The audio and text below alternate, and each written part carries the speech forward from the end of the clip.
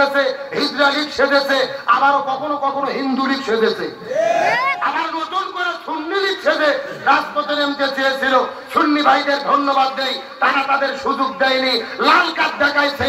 তার মানে বোঝা যায় বাংলাদেশে আর কোন দল এই স্বৈরাচারদের পক্ষে থাকবে না। তবে একটা জিনিস দেখার পরে মনে কষ্ট লেগেছে, কিছু কিছু ভাইরা সুন্নি পরিচয় দিয়ে মাথার টুপি মুখের মধ্যে দাঁড়িয়ে ডাইরেক্ট সিগারেট খাচ্ছে। যেরকম সুবহানাল্লাহ, এখন বলেন মাথায় টুপি মুখের মধ্যে দাঁড়িয়ে এরকম মানুষ ডাইরেক্ট সিগারেট খাচ্ছে, এটা দেখার পরে মুসলমানের সুনাম হয় না দুর্নাম হয়? আপনি নাম দিয়েছেন সুন্নি, কেন সুন্নি মানে তো নবীর সুন্নাত মানবে। এখন আপনি মাথায় টুপি মুখে দাঁড়িয়ে দিয়ে সিগারেট খাচ্ছেন, এক দ্বারা সুন্নিদের সুনাম হয়নি, আপনারা সুন্নিদের দুর্নাম করেছেন। শোনেন, আমি সবাইকে দোষ দিচ্ছি না, যারা পরিচালনা করতেছে দায়িত্বশীলদের বলি, আপনাদের সচেতন হওয়া দরকার ছিল। এরা কেমনে ওই গাঞ্জাখোর বেরিখোর এই ভেতরে ঢুকলো, এদের ব্যাপারে সচেতন হওয়া দরকার ছিল। কারণ কয়েকজনের কারণে পুরো সুন্নি জামাতের দুর্নাম হচ্ছে। আগামীতে সুযোগ দেওয়ার কোন সুযোগ।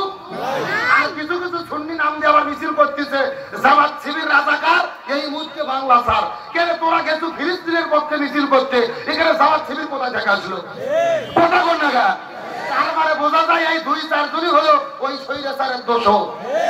সুতরাং আমরা পরিষ্কার করে বলি, আহলে সুন্নাত ওয়াল জামাত বুঝি না, আহলে হাদিস বুঝি না, আলিয়া কওমি বুঝি না, সুন্নি বুঝি না, কারোর সঙ্গে শত্রুতা নাই। তবে ওই স্বৈরাচারদের এই বাংলার জমিনে আর কোন ছাড় দেওয়া হবে না। স্বৈরাচারদের প্রতিরোধে আমরা একদল আছি না নাই? জনগণ আছি না নাই? আর বন্ধুগণ, মুসলমান ভাইরা, কোরআন থেকে ডাইরেক্ট কিছু আলোচনা আপনাদের শোনাতে চাই। কিছু সময় কি আমাকে দেওয়া যাবে? জোরে বলেন, দেওয়া যাবে? কোরআনের হক কথাগুলো আজকে বলা যাবে? আমরা তো দেখেছি গত 16 বছর আমরা বক্তারা ওয়াজ করতে গিয়েছি, মাইক পর্যন্ত কেড়ে নেওয়া হয়েছে, নেতারা বাধা দিয়েছে। এখন বলেন নতুন স্বাধীন দেশে মাহফিলে বাধা আর কি আমরা মেনে নেব? জোরে বলেন, মেনে নেব? কিন্তু গত 3 দিন আগে দেখেছি সাতক্ষীরা আলিপুরে আমাদের প্রিয় ভাই কবির বিন সামাদ, আপনারা ভিডিওর মধ্যে দেখেছেন, বিএনপির একজন বহিষ্কৃত চেয়ারম্যান, তিনি মাহফিলে বাধা দিয়ে কবির বিন সামাদকে অকট্য ভাষায় গালাগালি করেছে, যা তা বলেছে, অশ্লীল ভাষায় বলেছে, চুপ কর বেটা, তোকে বোমবাস্টিং করে উড়িয়ে দেবো। নাউজুবিল্লাহ বলেন। এত বড় সাহসে কোথা থেকে পেল? পরিষ্কার করে বলি, স্বৈরাচার পালিয়ে গেছে, আবার নতুন করে যেই নেতাগুলো স্বৈরাচারের মতো আলেমদের উপরে আঘাত করবে, এদেরকেও দেশ ছাড়তে হবে।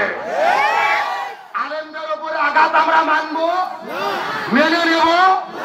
আমরা পরিষ্কার করে বলি, গত 16 বছর মাহফিলে বাধা দিয়েছে, আপনাদের শ্রোতা হিসেবে বলতে চাই, এখন যারা মাহফিলে বাধা দেবে, প্রতিরোধ করে